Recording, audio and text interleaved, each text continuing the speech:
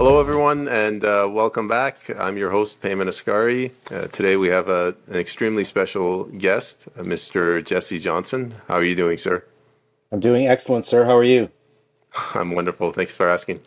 Mr. Johnson, you're almost like sort of a hero, especially in our circles. But for the benefit of people who may not know you or don't know you by name, can you tell us a little about yourself? 100%. My name is Jesse Johnson. I owned a restaurant called Without Papers Pizza, which was in Calgary, Alberta, Canada. I was in business for 20 years. I'm a born and raised Calgarian, inner city. My business existed in the neighborhood of Inglewood. We were an institution in Calgary. I was lined up 7 days a week. We were pillars of our community. We were much, much, much loved. In September of 2021, stood up and said that I wouldn't enforce the vaccine passport. Specifically, what I said was, we accept all, may they be vaccinated or unvaccinated, as being equal in their humanity and afforded the same dignity and equity as such. After that, my life was turned upside down. After that, I devoted I would say, well, I guess I'm still in protest, but hitting the streets kind of protest. A good year of my life. I was involved with our own rallies that took place in my neighborhood of Inglewood in Calgary that were opposing the vaccine passport. I took place in the Coots border blockade. I was also at the the Coos border blockade got shut down for the trumped up gun charges, of which two of them were released today, thank God. I went to Ottawa to try to join that. On the way, I got stuck in a snowstorm and ended up in Winnipeg and joined a protest there that was at the foot of the legislature building for pretty much the exact same reasons, an end to all the vaccine mandates and the madness. Okay, so there's a lot in there I want to talk about, but let's take things in order. How exactly, when you resisted the government mandates, I was reading an article today. I heard that they sent undercover inspectors. They sent two undercover bylaw officers. These guys thought they were Starsky and Hutch, they came in for lunch. I still have the receipt actually as to what they ordered. We had a pizza on the menu that was called the Pandemic. And it was mortadella, pistachio, honey, jalapenos, and something else I forget. But all during the pandemic, everybody's like, what kind of pizza are you going to make in pandemic? And I was like, finally one day I was talking to a buddy about it. I'm like, this is all bologna. And so that pizza was the Pandemic, a whole bunch of bologna and a little bit nuts. But they ordered the Pandemic and the hot cockadoodle-doo, and we didn't vax pass them, and they used that so-called evidence, which was in fact illegal evidence, to justify closing my business of 20 years. 30 people were employed by me. I generated millions of dollars in taxes in my 20 years in existence, we got shut down because we fed the exact same customers that every restaurant does today. It was really quite insane. I don't want to get all sensitive here, but how did that make you feel as a Canadian? You said you had your business for 20 years, you pay your taxes. I'm assuming your family was born and raised here as well, and then they come and shut you down with these Gestapo tactics. It broke me for a while, for a good long time, to be quite honest with you. I couldn't believe what had happened to me for doing what I thought was the right thing. I lost everything because I said I accept everyone, it was hard to take. I have some good friends who are lawyers, and I spent a lot of time in courtrooms, and I held the Charter of Rights and Freedoms in great regard. It was unfortunate that I didn't quite understand that one little clause in there where these are your rights, unless, of course, we decide that it's too dangerous for you to have any rights. Really sad. It was really sad to me, honestly. We were a much loved institution in Calgary. I was lined up 7 days a week. I understood a long time ago in the restaurant industry that not a lot of people remember the food. And although we did exquisite food for 20 years, it's the experience that people remember, the chi, the energy, and we had it in spades. It's a shame that it's lost. It's still empty. It's still empty. It's it's near 2.5 years later, and it's still empty. And I not exaggerate you. Like we were busy I had 60 seats on a Friday. I would do 300 covers and sell 500 pizzas, which for people who may be listening in the restaurant industry, that that's pretty goddamn busy. It boggles my mind. It's a testament to tyranny there, a monument to misery, just sitting there, a tombstone. It's really, really strange to me. So yeah, it's been a weird time for me, very weird time. What about people that you were, before the pandemic, people that you were friends with? What did they think of you? Did they support you, or did they think you were out of line? I can tell you that, and I won't mention names, but I can tell you that most of my brothers and sisters in the restaurant industry recognized exactly what was going on.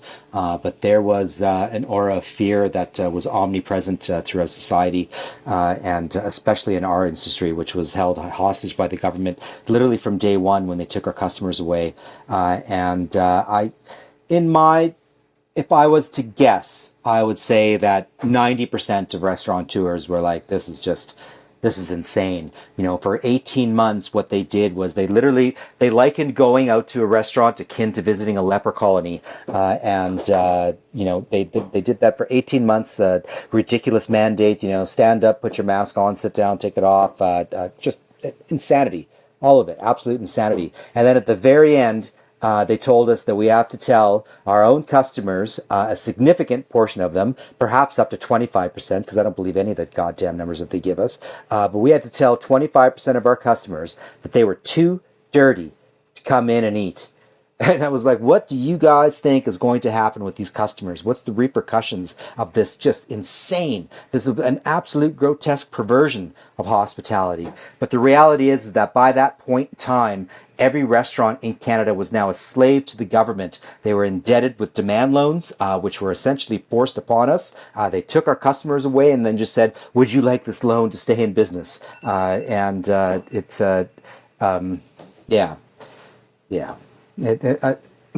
somebody texted me. I got out of thought there. It was a dark, dark time. Dark, dark time. I like how you put that. You were indebted to the government. That's exactly it. Nobody wanted to speak. Nobody wanted to speak. Because if you did, not only were you indebted to the government for that CEBA loan, all right, you were also indebted for the government to the GST that they forced you to defer as well.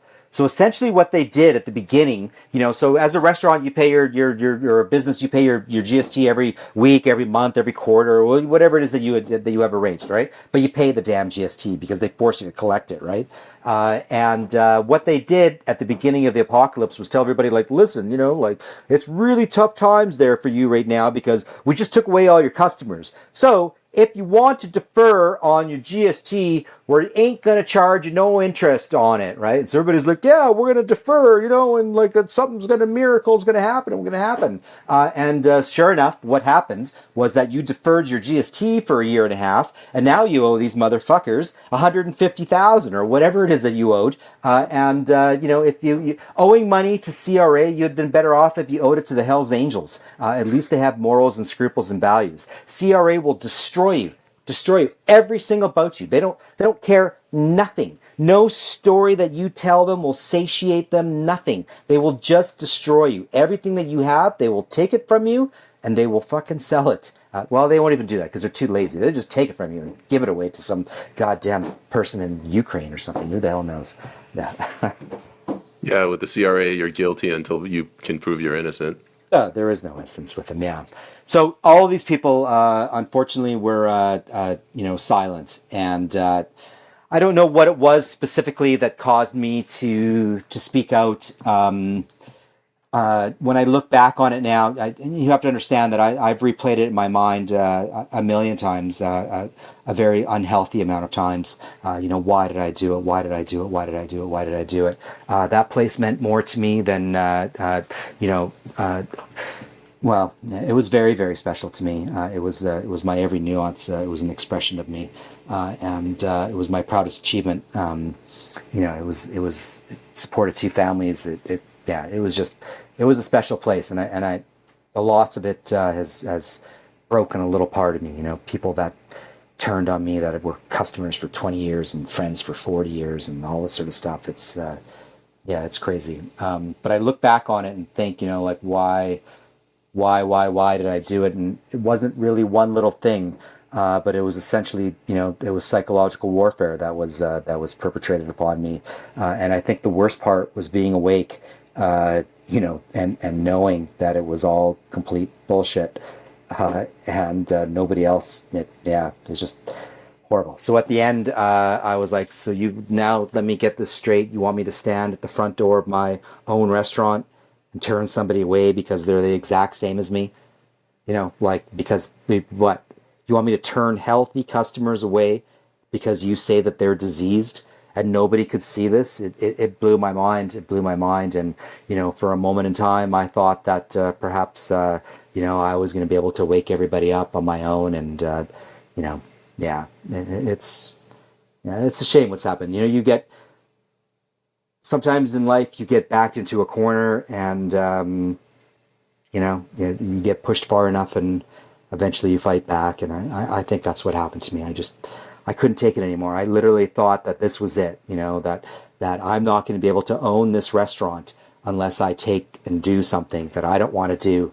I was just like, this is the time to fight. This is it. I never once honestly thought that I would lose my business. Never once. I thought perhaps I might go to jail. I thought perhaps that, I might be heavily fined or whatever the case was. But I honestly didn't think that I would have lost my business. I would have rather have gone to jail and spent the whole 2.5 years in the hole rather than lose my business. But, yeah, it's crazy, man. I don't know why. I'm just like, how does a restaurant called Without Papers Pizza, get destroyed, shut down for refusing to check papers? Why is this?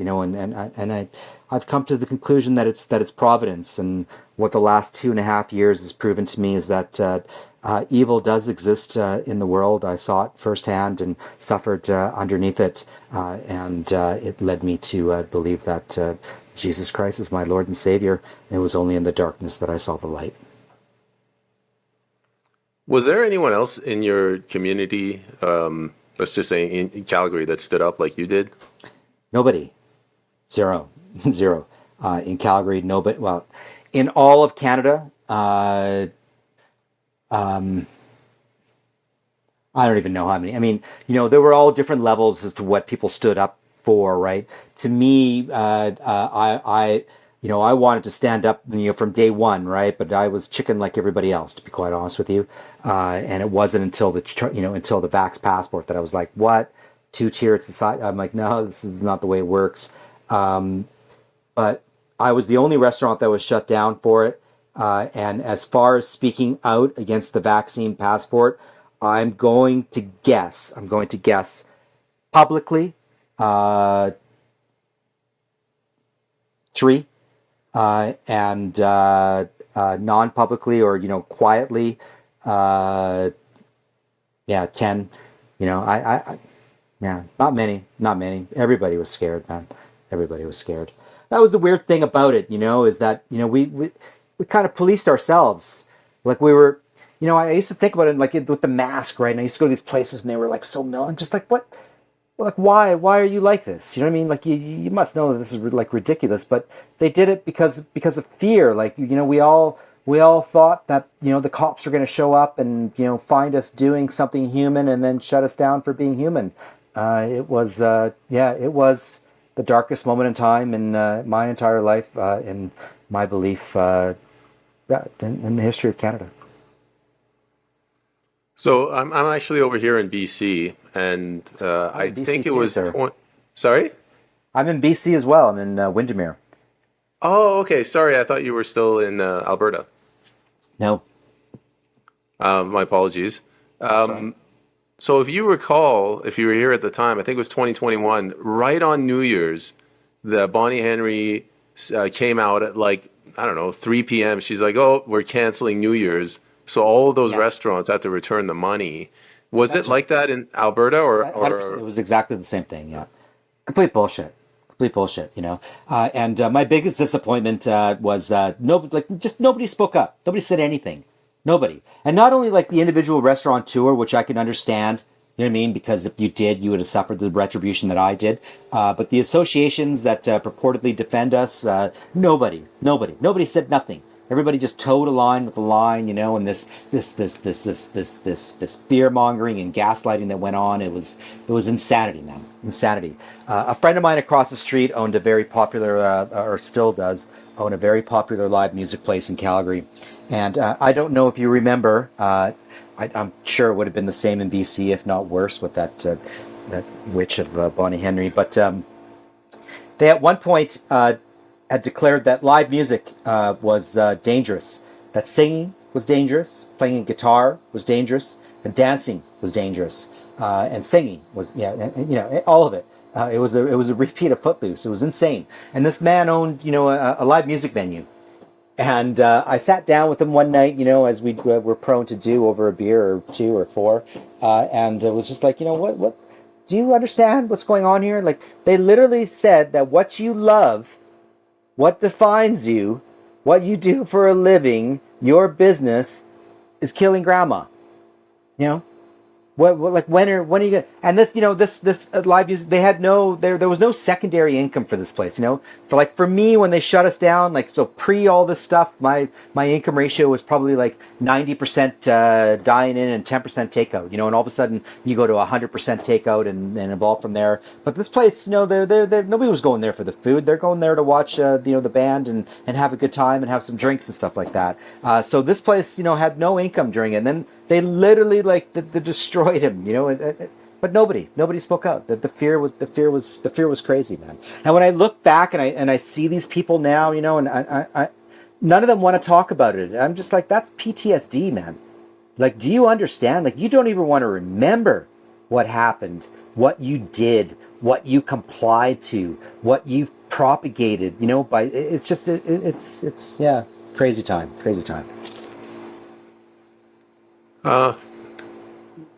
well, for the benefit of the audience, what are you drinking there? The cheapest beer at the store, Old Milwaukee.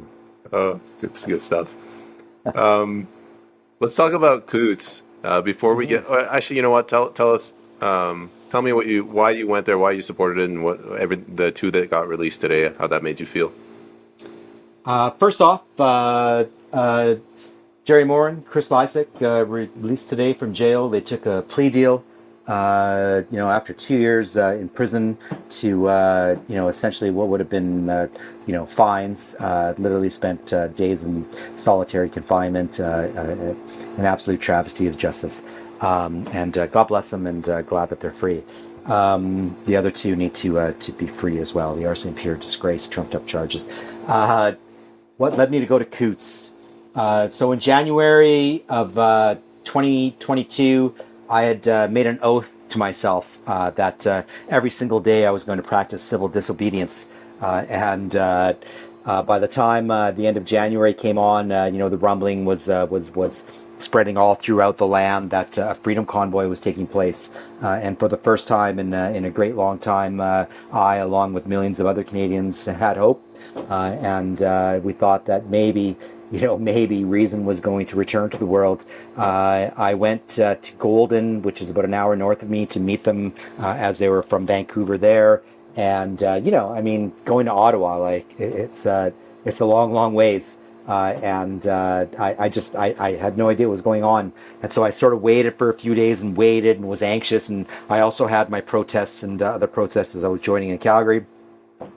And then I came back one night and I saw the Coots blockade was happening, and I couldn't believe it, you know. And it was close, just a 5-hour drive from me, in territory that I'm very familiar with. I've spent a great deal of time in my life in southern Alberta, and these guys they renewed my spirit. And I just felt instinctively that you know what, there's nobody standing up for me. There's nobody fighting for me. There's nobody who understands what the hell I've gone through and, you know, what's going on right now. And I just went. I went by myself, showed up at it was like midnight. Actually, on the way there, I stopped off at an Edo of Japan in Lethbridge. I've been an Edo of Japan customer for I shouldn't say them actually, but fuck them. Since this is their original location in the 80s, and as far as fast food goes, it's one of my favorites. And it was a blizzard. I was on my way to the blockade. I was hungry, and it was 9:45. These guys were closing in 15 minutes. I went to the counter and got my plate of rice. And the lady at the counter asked me if I wanted the privilege of sitting down to eat it. And I said, yes, I would like the privilege of sitting down to eat it. And then, oh, well, you need to, and then, I was like, well, yeah, I don't have one. So anyway, long story short, I sat down and they phoned the cops on me. They literally phoned the police on me. There was nobody in the restaurant. They phoned the police on me for sitting down to eat. I was astounded. And so I showed up in the middle of the night to Coots. And when I got there, it was still very much in its infancy. I'm going to guess that there was maybe 100 people that had joined the protest. I think I got there on the third night, it was I think one of the defining moments of my life. And a lot of people look back on it, and even at the time, they think that. In my opinion, the Coots border blockade was the greatest civil rights movement in Alberta history and perhaps in Canadian history. For the first time, people stood up. It resulted in the vaccine passport being rescinded. It ended peacefully. It really, truly was a beautiful thing. It brought thousands of people together in the cold, cold prairie, all united in the belief that we should be free and that I shouldn't have to prove anything to exist within society. It was a beautiful, beautiful experience. It was 2 weeks of my life that I'll never forget. The people that I met, the impressions that were made upon me, my realization of the tyranny that we lived under. It shocked me that I should have to stand in the middle of a frozen tundra with people I don't know, locked arm in arm against hundreds and hundreds of police who are, got their slave muzzles on and their one hand on the trigger and the other hand on the baton, and one simple message away from, beating our asses down for simply wanting nothing else other than to live free. It was a shocking moment in time, but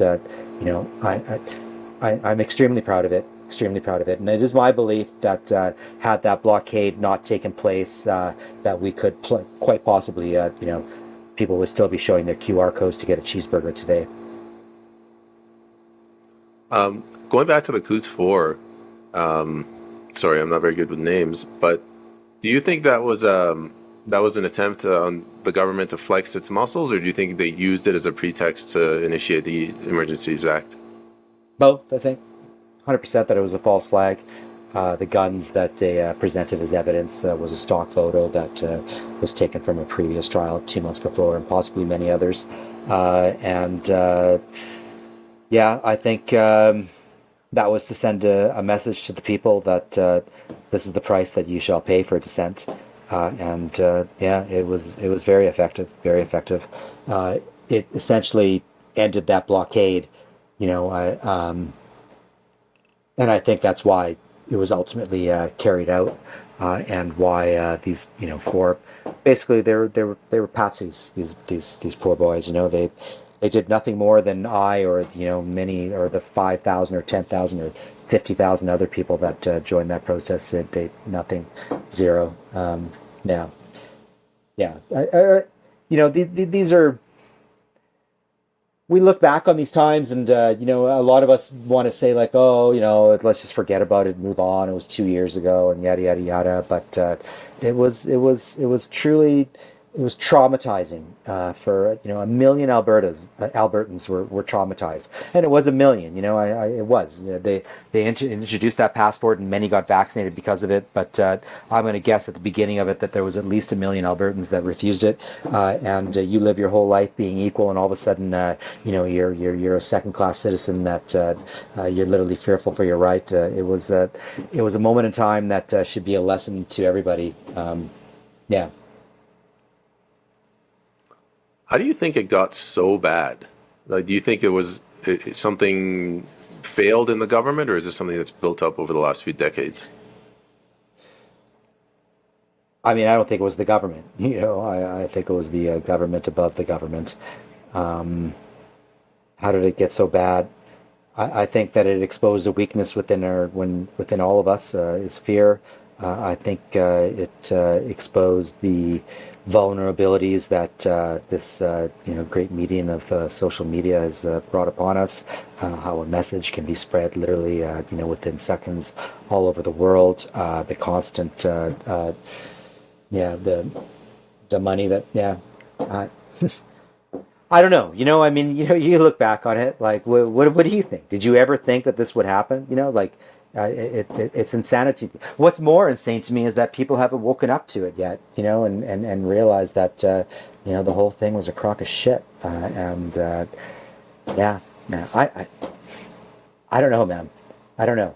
I pray. That's all I do is I pray and hope that, the light will shine through the darkness. What about the Justice Mosley ruling that the Emergency Measures Act was unlawful? Do you think that's what are your thoughts on that? I mean, obviously, I'm happy for it. The ironic part is that the government, after being found, guilty by the government, will appeal their decision to the government. So they're going to appeal this. It's like what are you talking about, right? It's a recognition to recognize that we essentially we have no rights whatsoever. Zero. These guys can do whatever they want, carte blanche, and there is zero accountability. The Emergencies Act was a measure that it should never be. It should be implemented. There should never even be an Emergencies Act. That in itself should be illegal, in my opinion. And these provisions that have been provided within the charter are a disgrace, an absolute travesty. It's a joke. So these guys aren't going to be held accountable. Nobody's going to be held accountable for the Coots 4. And even in my situation, literally the law that they used to shut down my business of 20 years was deemed illegal. And they have this term that they use, this euphemism that they call ultra vires, where it's, outside the scope of the law, which is basically fancy legal talk for, it's goddamn fucking illegal. And there's no accountability whatsoever. And it pisses me off that we're now, however, 2.5 years into this thing, and nobody's apologized for it. Everybody knows that the vaccinated, we were not spreading disease. We were healthier than the majority. What they did to call millions and millions of healthy Canadians as dirty and diseased was literally war crimes. These people should be held in Nuremberg. And nobody has apologized for it. Nobody has recognized the heinous act that they've done 2.5 years later. 2.5 years later. It's mind-boggling. Nobody has apologized. All 338 of those guys in that satanic palace that they call Parliament have not apologized for literally demonizing, vilifying, medically segregating 8 million, 10 million healthy Canadians. It's mind-boggling. Absolutely mind-boggling. And almost everybody knows now that it was a crock of shit. That passport in my restaurant was insanity. I was allowed to own the restaurant and work it unvaccinated. All my staff were allowed to be unvaccinated. The unvaccinated were allowed to come into the restaurant. The only thing they weren't allowed to do was sit down. Sit down. It was insanity. But they just do what they want, man. They just do what they want. I used to tell all my kids, that work there, I was like, listen, man, you guys, you better wake up. I'm 50 years old, man. I've partied in Monaco and I've fucking been in Mexico and whatever, blah, blah, blah. Live my life, I'm like, you kids, they're stealing it from you. But all of them were compliant. And I look back on it now and I'm like, how the hell did that happen? And there's so many infiltrations of this new world order and this anti-Christian, demagogue that is literally but these kids have been brainwashed to be compliant, and I look at this generation and this that it disappoints me. I think to myself, like, back in the day, if they had said, I got to inject this to go to university, we'd have burnt the university down.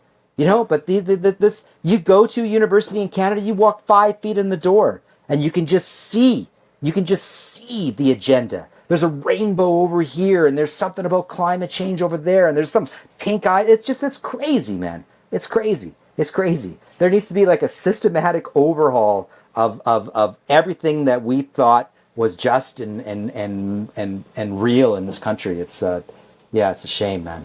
A real shame. Yeah, the times are changing. I guess one thing you mentioned, the charter. What are your thoughts on the charter? I think it needs to be overhauled. I think that Section 1 needs to be removed. I think there should be no emergency powers granted for any reason whatsoever. None. Zero. And that the charter itself should be bulletproof. I don't know. I don't know. I can tell you one thing, like they really don't want to change it. They recognize, what a good little gig they got there with that emergency powers Section 1 thing. I don't know. I don't know what to tell you, It's funny, you live all your life and you think you're free, and then, one day you realize you're just a free-range human on a giant tax farm, and, why I don't remember consenting, to any of this stuff, and, why do these people have these powers over me? Why does that gun, that cop have a gun and I don't, and why is he able to throw me in jail and I'm not able to throw him in jail? It's just like, I don't know what to say. I really truly think that this is it's a spiritual war. And in order to survive it and fight it, you need to become ungovernable, and you need to be self-sufficient from this this beast system that rules over top of us. It is go outside, put your feet to the ground, look up at the sky, and outstretch your arms, and just feel it. Just feel it. They've spent our whole lives trying to tell us that we're just an insignificant speck of dust in this this infinite universe. Whereas it's exactly the opposite. You are here for a reason. You're the most important being that's ever existed in the whole history of the world, and your awakening helps many others awaken as well. It's it's demonic what's going on. Yeah, believe in yourself, man. Yeah, it's all bullshit. Everything. What about what's going on with all this push for disarmament? And I think Trudeau came out and he said, 100%. They want to take your guns, right? You know what they do after they take your guns? They murder you. It's exactly it. Keep all your guns. Keep all of them. Get as much ammunition, as many guns as you can, always hold them. That is the great equalizer, and that is the great thing about the United States and their devotion to the Second Amendment and their gun rights. What's happening here is a full-on commie tactic. Take all the guns away, and then what are you going to do? What are you going to do to resist? What are you going to do when they come to take your land? You have nothing. Don't ever give up your guns. Buy as many as you can and buy as much ammunition as you can. You can look as guns and ammunition, I think, akin to silver and gold. They will always retain their value. Maybe not always, certainly for the existence of your life, they'll retain their value, and they are paramount and essential to a free society. Yeah, and learn how to shoot them properly too. What about not just the actual? Well, yeah, if you don't know how to use it, that's kind of a waste of money. But it's not just the the fact that they're taking your physical guns. They're making it almost impossible to have. I got my gun license. You got to keep the bullets separate. You got to keep it locked in here. No, they know. They know. It's all. Yeah. Why do I even need a permit? The hell do I need a permit for anything for? Do I need your permission for? You need a permission. You need a permit to wipe your ass in this country now, man. It's crazy. Do you know that you need a permit or a license if you own a dog? Do you know that? Yeah, dog license. It's insane. It's all taxation. All of it. That's all we do is just like pay taxes to these overlords to do whatever the hell they're. I don't even think they do anything with it. Nothing. I think they burn it in like great big rituals at the end and sacrifice virgins on top of it and then drink their blood afterwards. Like they don't even need the money. They don't even need it. They just print it out of thin air. The hell, they already know it's useless, you know? But they just milk us. Your whole life is designed to be just a slave in this system. You know, and you realize, like, man, like these movies, like we're bang on, bang on. You are literally in the Matrix, you know, and to crawl out of that Matrix is yeah, it's enlightening and fucking scary, man. Scary, you know. Like I sometimes I want to just take that blue pill and go back and taste that juicy steak. But yeah, the taxation on everything, man, and permits to do everything. It's absolutely ridiculous. And one more government job after another. Every time there's a government initiative, all it is just to create another government job, another government job, another. And you were talking about earlier, like, how did this happen? Well, I think 1 in 4 positions or 1 in 4 jobs in Canada are government or directly, you know, dependent on government. You like, how did this happen? They literally bought it. That's exactly how it happened. The way you do every sort of act of communism, you just pay for it with imaginary money. That's it. You buy everybody off. And that's exactly what happened, you know, and it's exactly what happened with all the restaurants as well. You know, they were all, and they weren't even bought off. You know, they were literally like, they thought they were bought off. They were literally like indebted off, which is, you know, a type of slavery in itself. Yeah, I don't know. I was talking to Jason Levine, and he pointed something out. He goes, every single grandma that told you to put your mask on was basically an agent of the government. They were working at the behest of the government. Or every little teenager that asked for your papers basically became a government agent. I couldn't. Yeah, that's exactly it. That's exactly it. They were all government agents, you know. And yeah, I remember the first time I got carded. We had just finished working the season here. I own Pow Pizza in Windermere, by the way. We do Detroit style pizza. It's really wicked. But anyways, we had just finished our first season and in BC, and I had just closed up shop here, and I was about ready to go back to Alberta, and I was going to take my staff out for dinner. So we went to the local restaurant, and this little pimply-faced kid, you know, at the front desk was asking me for, you know, a passport, right, to get in. And I was looking at this kid. I was just like, you know what, man? Like, I mean, like I've been a restaurateur for a long time, man. I've done Michelin quality restaurants, and I was like, you little twerp, like you should be on your hands and knees, like you're like thankful that I'm here, and like you like literally it's you that's turning me away because what? And what I realized is that, you know, that was the crazy part of the enforcement is that we assign to very not what's the word I'm looking for, but we assign to very novice people very great powers. You know, that this kid should decide, you know, my place in society. Yeah, it was crazy, man. People ratting each other out for not wearing, like, you know, it was just, it was crazy, man. And you still see those masks now, you know, and to me, when I see somebody wearing a mask, it triggers me. I particularly perturbed at the mask walkers and their continued compliance. And every time I see one, I think to myself, you're the reason why I lost my restaurant. You're the reason why Canada fell, because you literally assign yourself to an ideology that's insane. They've taught you that the earth is dangerous, that the air that you breathe is dangerous. You have suffered trauma, my friend, and you need help. You look at what happened. It's crazy. And, you know, let's talk about those masks and what happened. And, you know, I won't even talk about me. Like, I wore the mask too. You know, like I had to wear it when I walked into my restaurant. Or otherwise some chick at table 4 would phone the fucking cops on me because they didn't have my sparkle mask on. But what they did to the children, okay, was particularly reprehensible. A whole entire generation of children that were tortured in order to receive their education, literally muzzled, psychological and physical abuse. They were taught that they were spreading disease. They were taught that their very existence was a risk to their people that they loved, that grandma was going to die because they didn't obey. These kids have been traumatized, and the scars will be seen for generations. And nobody has apologized for it. Not one goddamn school board, not one teacher, not one MLA, nobody.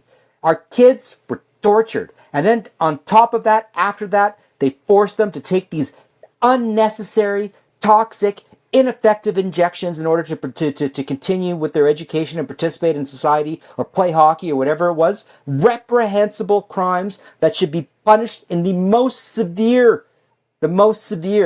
But yet these people walk around and think that they are without any responsibility whatsoever. It's mind-blowing to me. And I pray and I hope that the time will come that these people are held accountable for their crimes, and at the very least, acknowledge them and apologize for their participation in the travesty that occurred.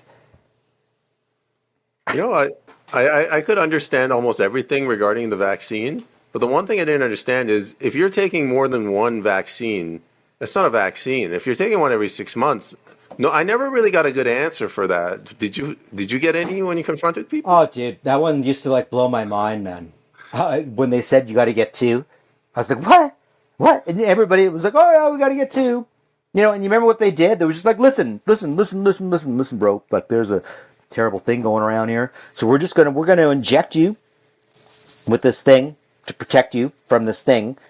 But if you end up getting this thing, it's not because of this thing that we injected you with, And so everybody got injected with this fucking vaccine, and then within 2 weeks they got COVID, But then they were just like, no. That only because it doesn't work until 2 weeks later. It's got to circulate through 600,000 times, before it works. So if we inject you on Tuesday and you get the COVID on Wednesday, it's because of, it was insanity, man. Insanity. And then it's like, get 3 and then 4 and then 5. And then you talk to these people and they're like, I have these conversations all the time, and I try to, I'm very animated now. And sometimes I look back in these interviews and think Jesus Christ, Jesse, you gotta shut up. But, I'll talk to people and it's like, well, I've had 6. I feel just fine. Just fine. I'm like, well, is that how you measure it? You know what I mean? What do you mean? You haven't dropped dead? So that means if it works? I've got nothing. 0. And here I am talking to you. They're like, well, you must have a very healthy immune system. I'm like, I fucking do. Yeah. Because I didn't destroy it. Don't you get it? But I sometimes I think that maybe, there's something that, I don't know. I got to stop myself from talking.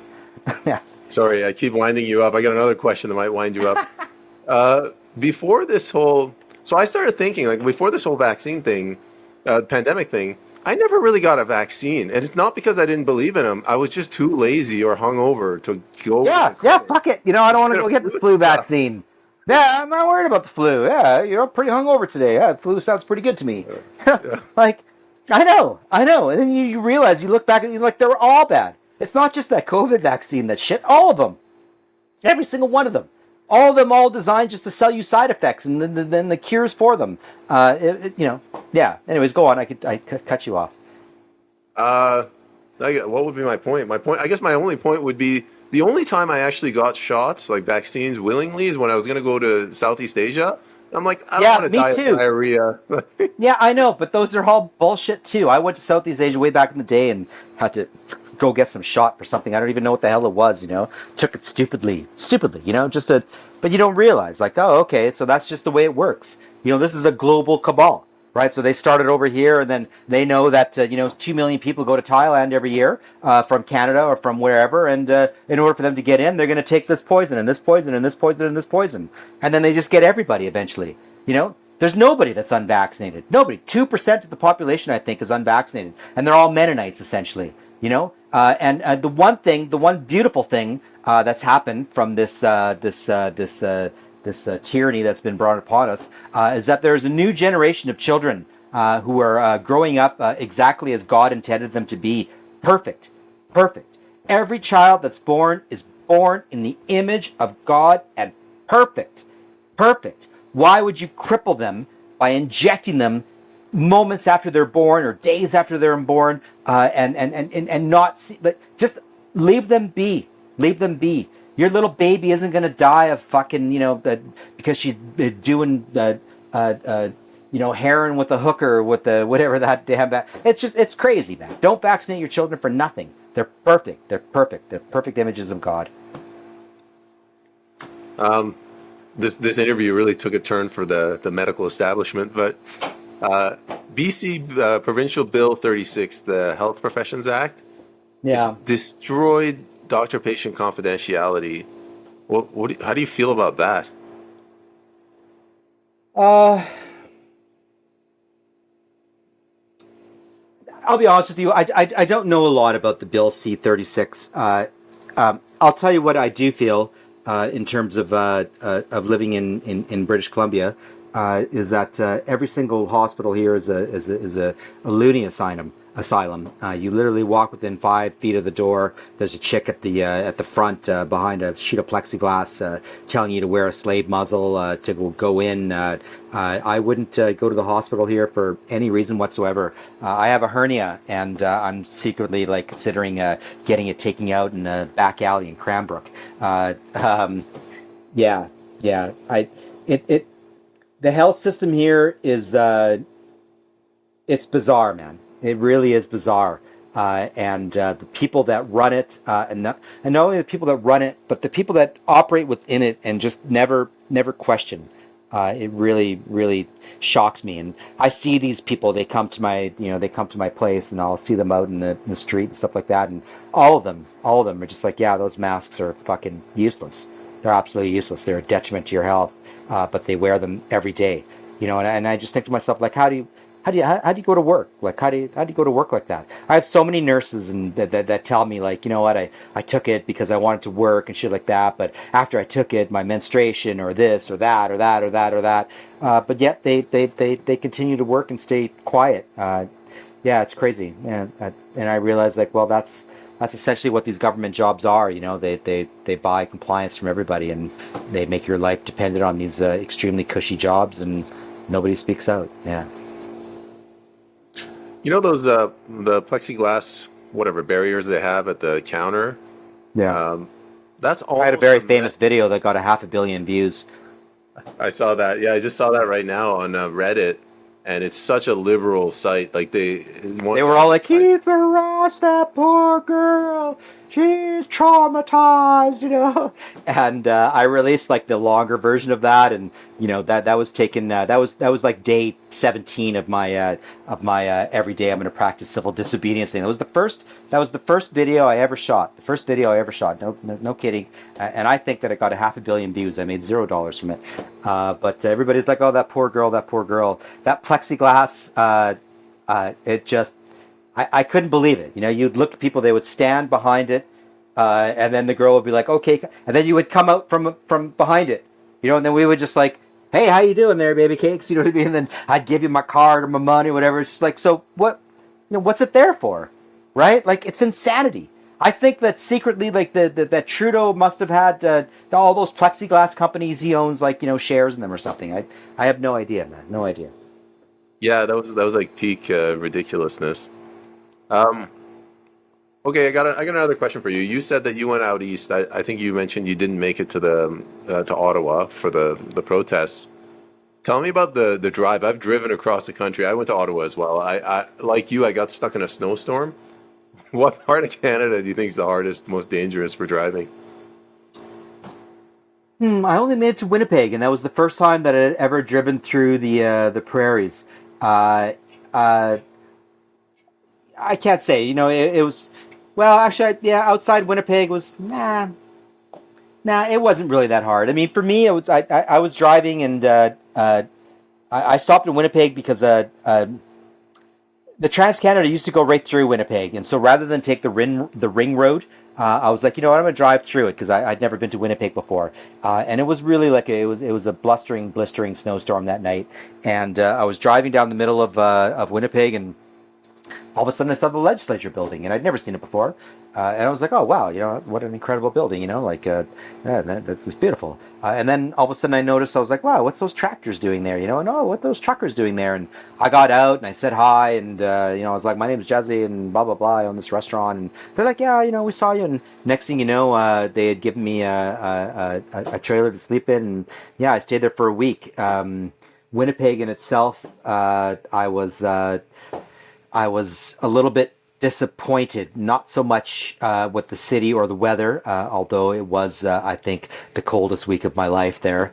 It was the compliance of that town was really, really shocking, and Winnipeggers really adopted to that mask, and a large part of it, I think, was just to keep themselves cold from the or keep themselves warm from the howling wind. But yeah, it was a bit. Winnipeg was a bit disappointing to me. I had honestly thought that the people of the prairies and the farmers would be resistance to this mind control, but then what I've realized since is that it really was all the large urban centers that propagated this, the low vibration that exists within these places, and the reasons that they want to have you there is it's very easy to control you in these big cities, and people feel this sort of groupthink, communal sort of like greater good. Oh, I need greater good. I need to protect grandma kind of thing. Yeah, yeah. I got off topic there. I was sad to see that Winnipeggers didn't stand up more. But the protest that happened there was really a beautiful thing. We had some support from the native elders or the native population around Winnipeg. During the week that I was there, the 5 days that I was there, we were building a law lodge, a teepee law lodge, which to my understanding, a regular teepee is 13 poles and a law lodge is 28. Yeah, they were literally like just out there petitioning the government to come out and talk to them. They literally went to the seat of government and asked them to come outside and talk, and everybody refused. And then eventually they used the Emergencies Act there to evict us as well. But it was a beautiful thing, and a lot of really interesting, beautiful people I met there.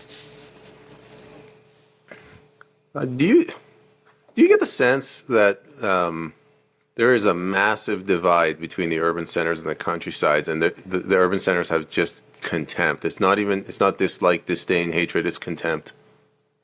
100%, 100%. I'm born and raised in Calgary, and I seldom go back there now, which is very strange for me. But when I do go back, I have this sense of re-entering the matrix. I can just feel like a shift in the energy, it's very different. Calgary itself, there's not a cowboy in sight. It's literally turned into this woke commie cesspool. It's really amazing, and I look at all these customers that I had in my neighborhood who were very prominent people within the political spectrum of Canada. And Joe Cece was my customer, Nahid Nenshi was my customer, Rachel Notley was my customer, Jason Kenney was my customer. He actually lives in Inglewood itself. He had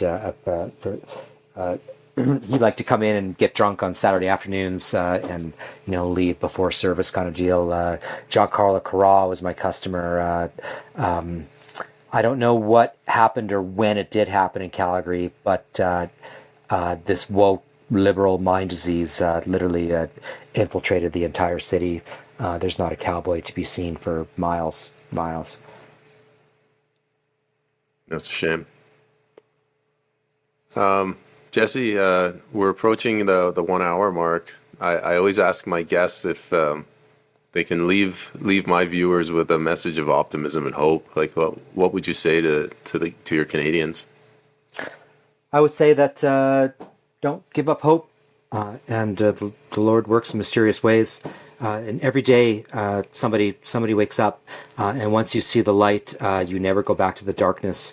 I believe that 2024 is going to be an important year. I think that the atrocities that happened, the repercussions of the safety measures that were implemented, are going to be exposed, and I think that a great awakening could perhaps be happening. And remember to keep your vibrations high. And people ask me, like, how do you do that? And it's just even just vibrate, hum, sing, go outside, and touch the earth itself, and look up at the sky, and feel nature, and be at one with yourself, and remember that you're not insignificant. You truly are meant to be here, and God has purpose for you.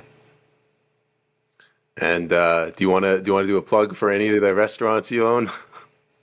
I want to do a plug that I have a Give Send Go set up.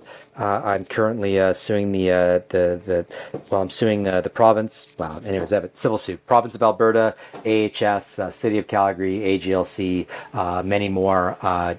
They closed me down for accepting all Canadians. They used the Vax passport, which was ruled illegal in Canada. What happened to me was truly an anomaly. It won't happen anywhere else in the world. What happened in Alberta was it was special. It was a miracle, and maybe not so much a freedom, but it was a miracle for me. And when I look back on it and think, like, why did I do all this all now? I realize that God provided me the salvation that I needed. They dropped my charges because they wanted to avoid setting precedents, but they shut my business down of 20 years for nothing. They broke the law, and I'm going to sue the motherfuckers, and I will set precedents, and I'm going to win. Please donate me $20. Well, you heard the man. Go donate whatever you can. Mr. And Johnson, you can also come visit me in Windermere, BC. This is my first time working in the kitchen. I'm in a food truck right now. As you can see, the pizza oven over there. We make Detroit style pizzas. I make each one like my life depends on it. And every day I get better and better and better. Come visit me. It's a really cool little spot. There's a fireplace in the middle, and we have freedom lovers from all across Canada and the United States and the world, actually, who come, and it's a great place to have conversation and enjoy some wicked Detroit style pizza. I'll check it out if I'm ever up there. Windermere, British Columbia. Sounds good, Mr. Johnson. Thank you very much for coming on. I wish you the best with your court case, and on behalf of all Canadians, I wanted to thank you for everything you've done. You're a wonderful, very special human being. Thank you so much. Thank you.